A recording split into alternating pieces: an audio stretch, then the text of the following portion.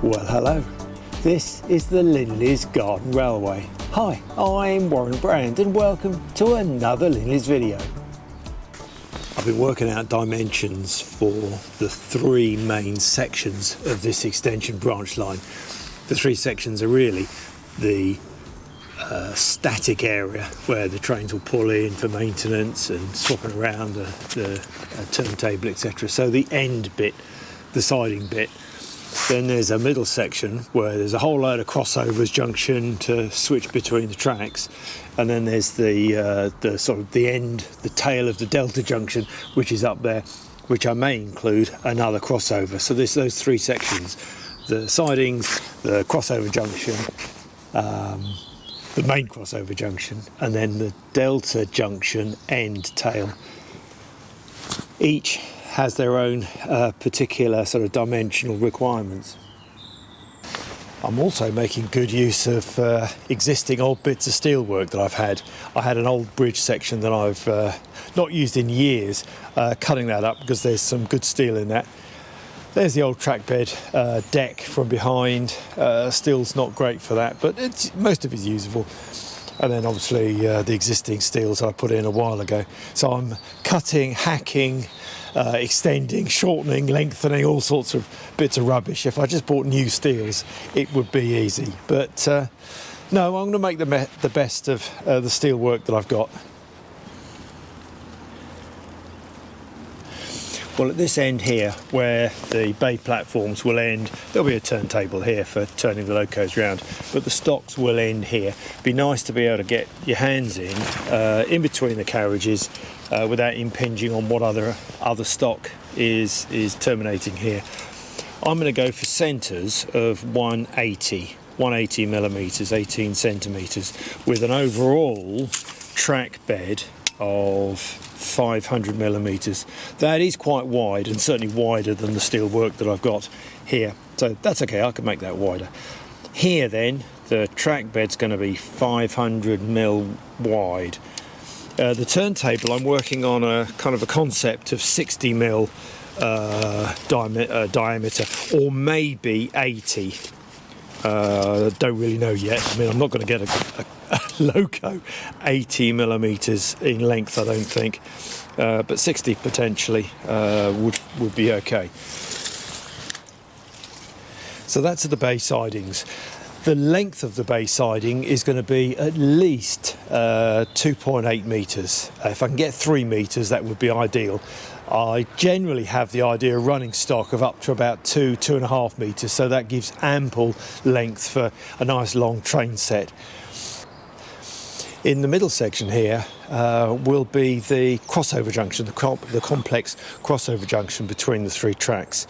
The track separation gap can be less. I think I've worked out that it'll be 165 millimetres on centres. So that means the overall width of the track bed will come down to, I can make it come down to, I think, 450 mil, something like that, 460.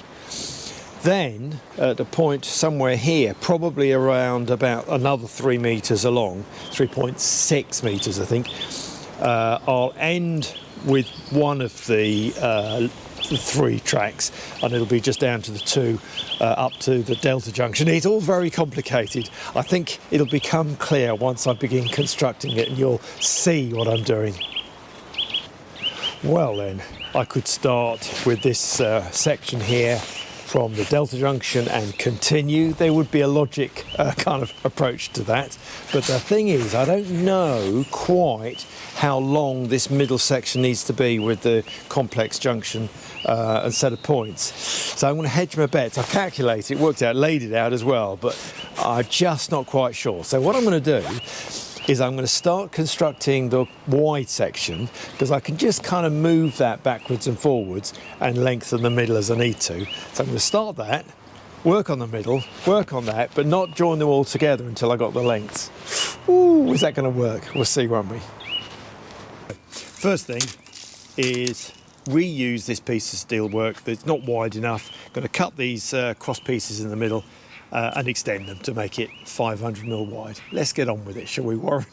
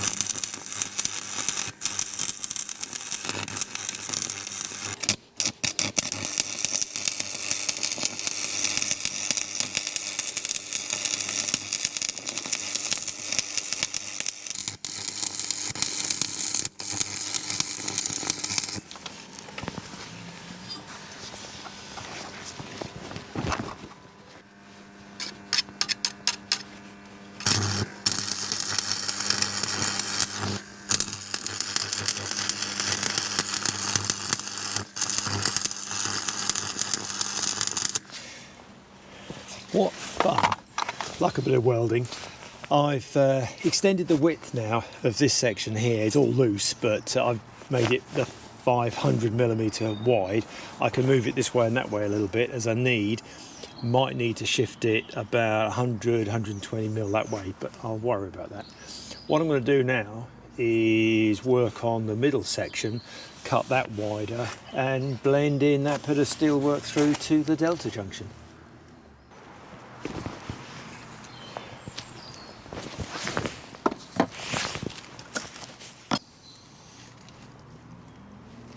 It'll begin to widen out from about here, so I'm going to cut this cross tie so that I can begin the spread from about here. 2 tracks into 3.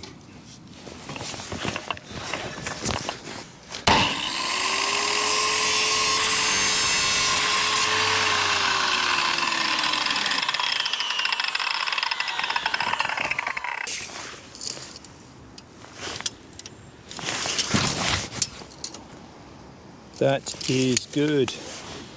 Well, as you may well have spotted, I've taken back a couple of these boards so that I can begin the wider section here.